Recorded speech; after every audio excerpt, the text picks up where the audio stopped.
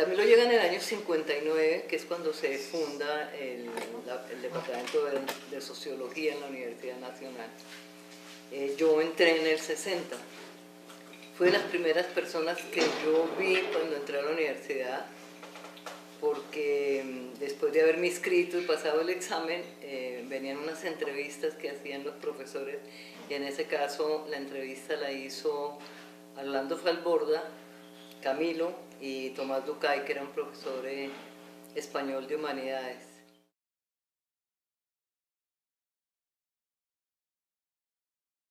Fue profesor de sociología urbana, de metodología de la investigación, y teníamos también un curso que no alcanzó a terminar cuando el cardenal le prohíbe dictar clases en la universidad, y nos tocó ir, como éramos un grupo pequeño de estudiantes, ir a su apartamento a tomar las clases para terminar el curso. Y yo me acuerdo que entonces íbamos y nos mirábamos para todas las esquinas, mirando a ver como si estuviéramos en una actividad clandestina, ¿no? Para que nadie se diera cuenta que nosotros estábamos tomando clases con el cura que el cardenal le había prohibido dictar las clases. ¿Eso en qué año fue? Eso fue en el año 62. ¿Cuál fue el impacto que recibimos en esa época de un cura dictando clases? Era que rompía todos los esquemas que uno tenía en la cabeza de lo que era un sacerdote, ¿verdad? Un tipo muy atractivo, inteligente, brillante, con un sentido del humor impresionante, que llegaba a la clase con su pipa, y fumaba su pipa mientras dictaba la clase, que establecía una relación, bueno, en esa época no solamente con él, sino con muchos de los profesores de la Nacional, se establecieron relaciones de amistad, es decir, no nos veíamos solamente en el ámbito académico, sino que hacíamos reuniones, hacíamos fiestas. La diferencia estaba en que mientras Falborda nos invitaba a tomar jugo de curúa o jugo de mandarina, con Camilo sí hacíamos reuniones en que tomamos aguardiente, fumamos piel roja, me acuerdo. Tengo dos recuerdos que lo describen un poco de cómo era esa relación, que una vez hicimos una fiesta de disfraz en el apartamento de él. Yo me disfracé de existencialista y él se disfrazó de marinero. Y a mí me impresionó mucho cuando llegué y lo vi disfrazado y bueno, pero en un momento dado de la fiesta hacíamos las fiestas más zanahorias que se puedan imaginar. Tomábamos y hablábamos todo el tiempo de política y de los problemas del país. En esa fiesta nos habíamos puesto de acuerdo porque íbamos a ver un eclipse de luna y resulta que nos olvidó el eclipse cuando nos acordamos. Bueno, en un momento dado se apareció él, se desapareció como de la salita donde estábamos en el apartamento donde él vivía con la mamá. Y yo pasé para el baño y vi la puerta entreabierta de su cuarto y se había puesto la sotana y estaba rezando, ¿no? Entonces, eso me impactó muchísimo, ¿verdad? Porque él era así, es decir, él salía de estar con los pobres y se iba a estar con los ricos, salía de estar con los comunistas y se iba a encontrar con los demócratas cristianos. Es decir, él tenía una relación, era un pluralismo impresionante.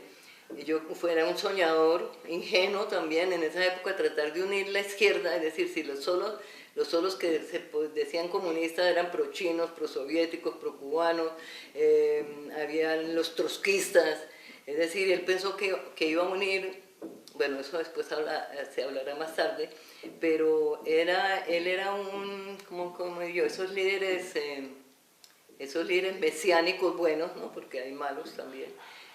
Malos que están comprometidos de una manera tan visceral con su... Y él desde que toma la decisión de ser sacerdote, él no lo toma para ser obispo, ni cardenal, ni para estar en las altas jerarquías de la iglesia, sino por el compromiso con los pobres, con los desposeídos, es desde el principio incluso en el seminario él funda un centro de investigaciones sociales y visita los barrios marginales cercanos al seminario. Después, cuando se va a estudiar a Bélgica, visita los proyectos de los curas obreros de París, y también en Bélgica había muchos movimientos con eso. Entonces, ese era la investigación para él. Él no hizo grandes trabajos de investigación, digamos, ¿no? Pero no dejó muchos libros ni muchos escritos, pero para él lo importante era investigar para hacer acciones que solucionaran los problemas. Es decir, la investigación pura, él no conseguía la investigación pura. La carrera fue muy larga. Cuando él toma esa decisión, bueno, cuando a él le prohíben dictar clases en la universidad, pues él se vincula, él tiene dos, digamos, cargos como funcionario público muy importante ya fuera de la academia. Uno es en la junta directiva de ENCORA, donde se da cuenta cómo digamos, la gravedad del problema de la tenencia de la tierra entre nosotros, que todavía sigue siendo grave. Y en esa época era menos grave, yo creo, que ahora, porque había otra situación.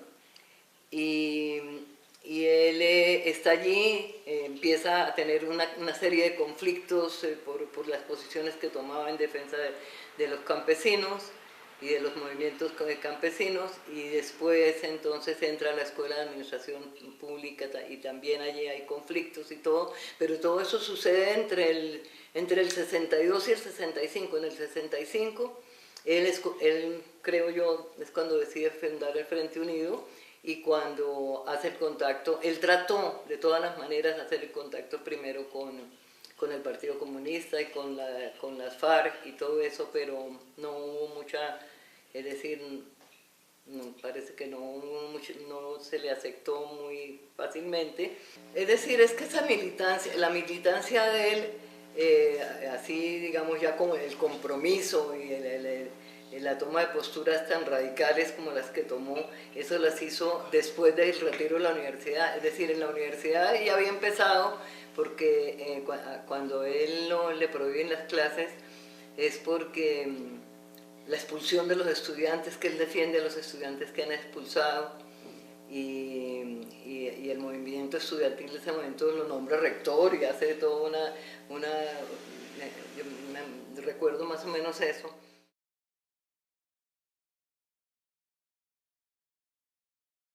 Entonces decide irse a vincular, porque él se vincula al LN antes de irse a la guerrilla. Pero todo eso sucede en el 95. En el 65. En el 65, perdón. Todo eso sucede en el 65, y allí en el monte está desde octubre del 65 a febrero del 66, que es cuando muere.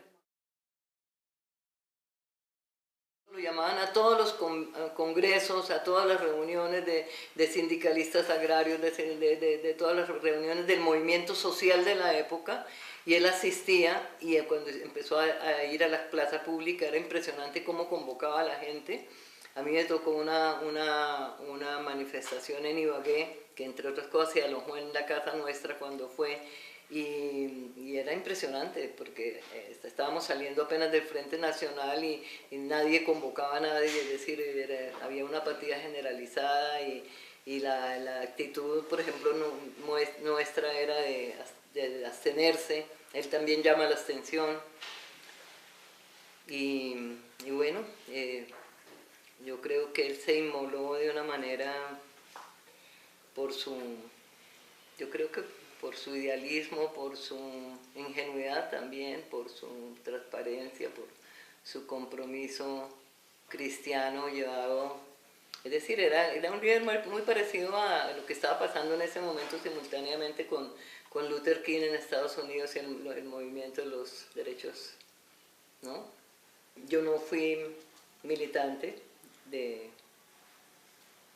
ninguno de los movimientos de ese momento, aunque yo pertenecía a las personas que estaban muy ilusionadas con la Revolución Cubana, pensaba que no había más forma que la lucha armada para transformar y solucionar los problemas de Colombia, pero la militancia era muy complicada porque había mucho dogmatismo y mucho fundamentalismo en los distintos grupos.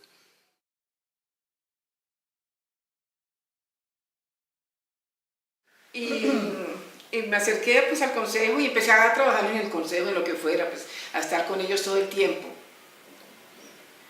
Y así me fui metiendo en la política, que yo no entendía mucho. Yo venía de Cúcuta, una ciudad de provincia, pues niñita de Cúcuta. Mi papá, auditor de la Colombian Petroleum Company, criada con gringos, hablando, en fin, todo eso. Todo este movimiento social y revolucionario de la Nacional me encantó, me fascinó. Así empecé por Snob y me fui metiendo poco a poco. Era muy niña y quería entrar a una universidad donde se hiciera de todo. Entonces me metí con Santiago García a hacer teatro. Mi gran amigo de infancia y medio familiar mío era Carlos Duplat. Por Carlos Duplat conocí a los arquitectos, conocí a Luis Eduardo Torres, que era compañero de él en la residencia universitaria. Y por Luis Eduardo pues conocí a los demás que estaban trabajando políticamente en la universidad. Así me metí. Después, al conocer ya a Julio, a conocer a Camilo, empecé realmente a estar muy interesada en todo lo que hacían. Cuando empezaron a hablar del Ejército de Liberación, del movimiento de Camilo, ya realmente de las giras políticas, yo inclusive estuve en algunas giras con él. En Cúcuta estuve con él, por ejemplo, Los Llanos también. Pero todo fue muy rápido, por eso digo, esta militancia fue un torbellino, ¿no? Eso empezó, Frente Unido, el primer número se sacó en agosto, se empezó a hablar, sí, del 65, en agosto del 65. Y el Frente Unido y toda esta oficina que se abrió para elaborar este periódico con Israel Arjona y compañía, se hizo en junio, finales de junio. Y yo me fui el 30 de agosto, me fui a Polonia. Me fui porque, bueno, yo estaba al corriente por Julio Cortés, que yo empecé a asistir a todas las reuniones, a casi todas las reuniones, en la casa de Camilo y con Isabelita. Conocí muy bien a Gidney. Inclusive mi despedida para Polonia me la hicieron ellos en su casa. Hay una reseña ahí en un semanario, en una revistica que sacó El Espectador, que escribió Darío Botero Uribe, hablando de la fiesta de despedida de Rosa Estela, pero entre otras cosas. Fue allá. Y cuando mi viaje se decidió, por varias razones personales, problemas con mi familia, primero. Segundo, problemas políticos, porque había que pensar en los colaboradores más cercanos de Camilo, qué íbamos a hacer. Ya se sabía que Camilo estaba sí, sabíamos que él ya estaba trabajando con el EN, yo sabía que Julio también, inclusive conocí a Manuel Martínez, fue muy por causa de Manuel Martínez consiguieron encontró el DAS unos documentos importantísimos donde estaba claro que Camilo ya estaba dentro del EN. Y entonces la situación era peligrosa para todos los que había que tomar decisiones, ¿no? Se iban con Camilo o se quedaban en el Frente Unido y pasaban la clandestinidad en cualquier momento, o entonces nos íbamos. Y en eso con el fervor de esos años, yo también, ¿por qué no? Me voy. Y fue inclusive Camilo que me dijo, no, mira, tú no puedes irte al monte. Primero necesitas estar formándote y todo. ¿Tú crees que con esas botas de cabritilla de las 60, así me dijo, de las 60 vas a poder caminar en el monte? No, tú no puedes. Tenemos que pensar entonces en qué otra cosa quieres tú, a dónde quieres ir. Tenemos posibilidades de becas con esto, bueno, varias cosas. Y entonces, como que en grupo se decidió que yo me fuera. ¿Y a dónde? A Polonia. Yo diría que no hubo tiempo para una gran militancia en el Frente Unido, en mi caso. Fue un movimiento muy corto y es más bien, yo lo diría como es una pasión. Duró muy poco tiempo de una gran colaboración de gente que ahora se dice militante del Frente Unido, pero en realidad era un grupo que quería colaborar con ese hervidero que había de ideas y de acciones en esa época. Entonces yo me acerqué a Camilo por medio de unos amigos de la Facultad de Arquitectura, de Psicología, de Medicina inclusive. Entonces por medio de un gran amigo mío que era Julio César Cortés, él fue el que me presentó a Camilo. Y quise conocerlo y empecé a ir a las misas que él oficiaba en la universidad. no era muy católica, yo ya estaba muy distante de la iglesia, pero justamente eso me atraía, que fuera una persona tan distinta y que las misas fueran tan distintas, eso me gustó muchísimo. ¿Cómo eran las misas? Pues lo que no era tanto la misa en sí, sino los sermones que decía que no eran sermones, eran charlas. Entonces era un cura distinto que hablaba, que uno entendía muy bien lo que decía. Y además que era muy abierto, recibía, pues Julio César era un tipo ateo, casi todos los amigos míos de esa época no iban a la iglesia, pues, o se declaraban ateos, y eran muy amigos de él. Después de las misas o en cualquier momento que uno se encontraba, se ponía a hablar con él y a charlar de una cosa y de otra, y de Cuba, de la revolución, de lo que estaba pasando. No tenía ninguna discriminación religiosa, y eso me atrajo muchísimo. ¿Quiénes conformaban el círculo más cercano a Camilo? El movimiento. Las más cercanas eran Jaime Arenas. Jaime Arenas, Julio, Guilmi. ¿Quién? Julio Cortés, Sí. Guilmi Olivieri. Ese no sé. Guilmi es una belga, Ajá. bueno, Cuéntanos francesa, un poco. pero que él conoció en Bélgica. De ¿Perdón? de Córcega. Dicen que es de Córcega, pero yo no la, cuando yo ¿Cómo se conocí a escribe? Guitemie, es un nombre, Guitemie. es Margarita, ella se llamaba Margarita. Olivieri. Margarita, pero le decían Guitmi, era una traducción del nombre Margarita. Ella dicen que nació en Córcega, pero yo creo que era francesa, pues de la familia era en Versalles. Ella había La luchado familia- en la guerra de Argelia. Sí, ya fue militante, A favor a favor de la guerra de Argelia, liberación, sí, fue militante. Y la familia vivía en Versalles y toda la vida vivió allí, y allí terminó, allí murió Guilmi hace unos años, hace pocos años murió en Versalles. Entonces, pero ella conoció a Camilo en Bélgica, Lovaina. y ella está en Lovaina, y ella estaba en Lovaina con el grupo de padres obreros con que trabajaba Camilo. Ajá. Y Guilmi vivía en casa de Isabelita, de Camilo, y era su íntima colaboradora. Pues, era muy activa, muy luchadora, ¿no? Nunca vi gran diferencia de edad. Inclusive con Camilo, yo nunca lo vi mucho mayor que nosotros. Que era, pues, casaba a los amigos de uno que no eran católicos, asistía a las reuniones después del matrimonio, en fin, era una cosa distinta, que fue lo que me atrajo para empezar a oír sus ideas y a entender ese entusiasmo de él por las ideas políticas. Inclusive, yo creo que hoy en día, si surgiera Camilo hoy en día tal como lo conocimos nosotros, yo creo que los jóvenes, a pesar de ser tan distintos hoy en su universidad y todo, de todas maneras estarían impactados con una persona así. El principal, diría yo, del movimiento era Jaime Arenas, muy politizado, y no solamente pues en teoría, sino en la práctica también. Era un líder de verdad, un líder estudiantil importantísimo, y él ya estaba vinculado con el EDN antes que Camilo. Y se empezó a hablar de la importancia que tomaba Camilo, y hubo que ampliar, la importancia había que sacarla de Bogotá, y se empezaron a aceptar las invitaciones que venían de los sindicatos de otras ciudades. Y al ver semejante recepción era impresionante. Yo asistía a varias, en los llanos increíbles, la gente, inclusive en Río Negro, Antioquia, y en un pueblito, Granada, creo que fue, en Granada, en los llanos, En Meta, Granada. que el cura tocaba las campanas y el cura mandaba a tocar las campanas para que el micrófono tapara la voz de Camilo, que Camilo no Para tenía que una las voz. campanas taparan La voz de Camilo, no se oyera lo que él decía, y se hablaba de excomunión. En dos ocasiones que yo estuve se hablaba de excomulgar a la gente que asistiera, y entre más hablaban de excomulgar, la gente del pueblo venía acercándose a la plaza. Fue una cosa apoteósica, inclusive en Cúcuta, que es una ciudad pues, tan rara, tan distinta, muy por el problema con Venezuela y de todo, frontera. Sí, de frontera, pero donde había un gran sindicato petrolero.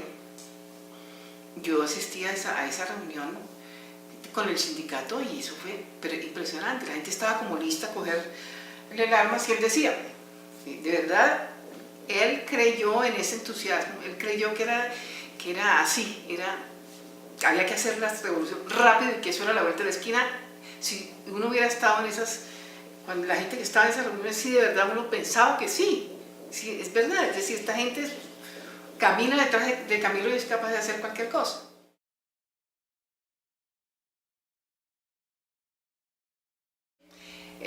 Me enviaron unas revistas que se llaman Sucesos, que fueron 3 revistas que hizo, ¿cómo se llama el editor? Mexicano, un mexicano, sacó 3 revistas con montones de, ¿ustedes no lo conocen? Con montones de fotos de Camilo y de Elena en el monte. Muy bien hechas las revistas y muchísimas fotos. Y en esas revistas yo ya me di cuenta, es que no las encuentro, yo creo que se me perdieron en tantas mudanzas que he hecho. Pero yo me di cuenta, personalmente, me di cuenta al ver las fotos que la pose y la importancia que tomaban Fabio Vázquez y sus compañeros era demasiada y relegaba a otro lugar a los intelectuales que nosotros conocíamos y que se habían ido a la guerrilla, como eran Hermías, como era Julio, como era Jaime Arenas. Me pareció muy militar la cuestión, ¿no? En esa época. Y fue una intuición que confirmé con el paso del tiempo, ¿verdad?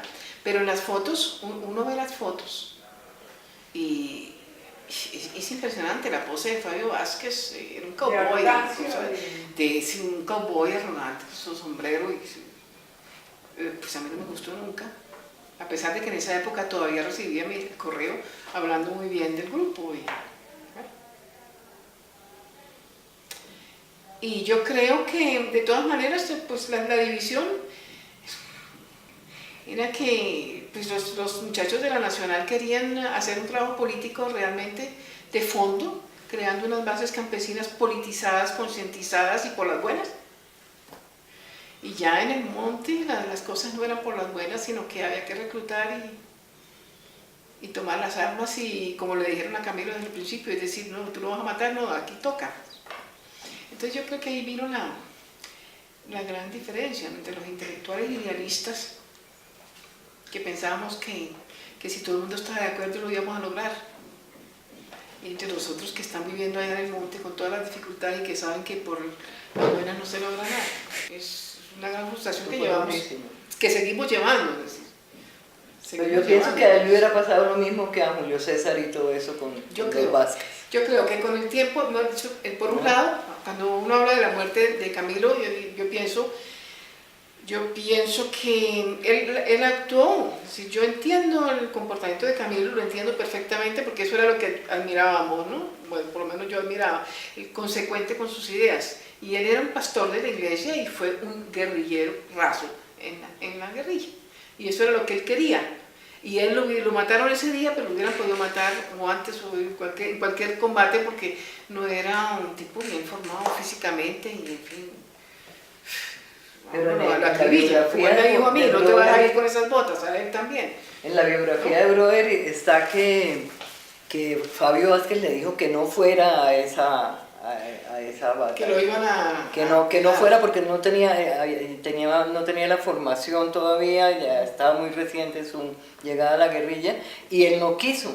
Él dijo, no, si todos los guerrilleros se ganan su fusil en combate, yo quiero ganarme el fusil en combate. Una persona consecuente. Él no dejó que se le hiciera un privilegio, ¿verdad? Pues, pero así era él, eso lo definía también, ¿no? Él fue consecuente y luego, de todas maneras, si no lo hubieran matado ahí, lo hubieran matado en la ciudad. Y o para él hubiera sido Fabio. Peor, hubiera sido mucho peor que lo hubieran matado en la ciudad.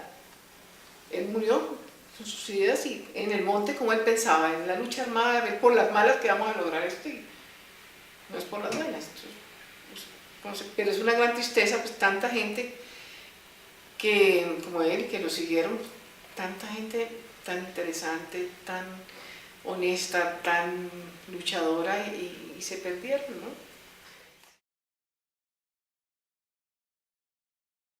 ¿no? Clases era que rompía todos los esquemas que uno tenía en la cabeza de lo que era un sacerdote, ¿verdad? un tipo muy atractivo, inteligente, brillante, con un sentido del humor impresionante, que llegaba a la clase con su pipa y fumaba su pipa mientras dictaba la clase, que establecía una relación, bueno, en esa época no solamente con él, sino con muchos de los profesores de la Nacional, se establecieron relaciones de amistad, es decir, no nos veíamos solamente en el ámbito académico, sino que hacíamos reuniones, hacíamos fiestas. La diferencia estaba en que mientras Falborda nos invitaba a tomar jugo de curúa o jugo de mandarina, con Camilo sí hacíamos reuniones en que tomamos aguardiente, fumamos piel roja, me acuerdo. Tengo dos recuerdos que lo describen un poco de cómo era esa relación, que una vez hicimos una fiesta de disfraz en el apartamento de él. Yo me disfracé de existencialista y él se disfrazó de marinero. Y a mí me impresionó mucho cuando llegué y lo vi disfrazado bueno, pero en un momento dado de la fiesta hacíamos las fiestas más zanahorias que se puedan imaginar. Tomábamos y hablábamos todo el tiempo de política y de los problemas del país. En esa fiesta nos habíamos puesto de acuerdo porque íbamos a ver un eclipse de luna y resulta que se nos olvidó el eclipse cuando nos acordamos. Bueno, en un momento dado se apareció él, se desapareció como de la salita donde estábamos en el apartamento donde él vivía con la mamá, y yo pasé para el baño y vi la puerta entreabierta de su cuarto y se había puesto la sotana y estaba rezando, ¿no? Entonces, eso me impactó muchísimo, ¿verdad? Porque él era así, es decir, él salía de...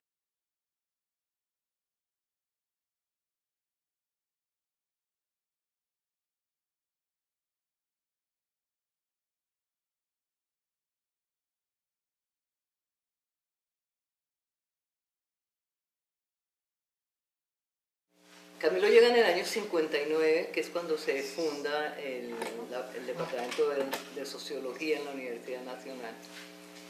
Yo entré en el 60.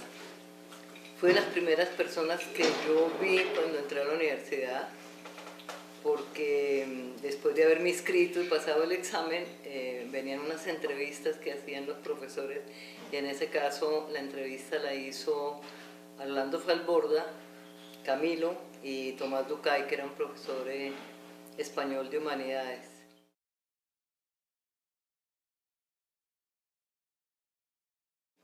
Fue profesor de sociología urbana, de metodología de la investigación, y teníamos también un curso que no alcanzó a terminar cuando el cardenal le prohíbe dictar clases en la universidad, y nos tocó ir, como éramos un grupo pequeño de estudiantes, ir a su apartamento a tomar las clases para terminar el curso. Y yo me acuerdo que entonces íbamos y nos mirábamos para todas las esquinas, mirando a ver como si estuviéramos en una actividad clandestina, ¿no? Para que nadie se diera cuenta que nosotros estábamos tomando clases con el cura que el cardenal le había prohibido dictar las clases. ¿Eso en qué año fue? Eso fue en el año 62. ¿Cuál fue el impacto que recibimos en esa época de un cura dictando? Estar con los pobres y se iba a estar con los ricos, salía de estar con los comunistas y se iba a encontrar con los demócratas cristianos. Él tenía una relación, era un pluralismo impresionante. Era un soñador, ingenuo también en esa época, tratar de unir la izquierda, es decir, si los solos que decían comunistas eran pro-chinos, pro-soviéticos, pro-cubanos, habían los trotskistas, es decir, él pensó que iba a unir, bueno, eso después se hablará más tarde, pero él era como digo, esos líderes mesiánicos buenos, ¿no? Porque hay malos también, malos que están comprometidos de una manera tan visceral con su... Y él, desde que toma la decisión de ser sacerdote, él no lo toma para ser obispo ni cardenal ni para estar en las altas jerarquías de la iglesia, sino por el compromiso con los pobres, con los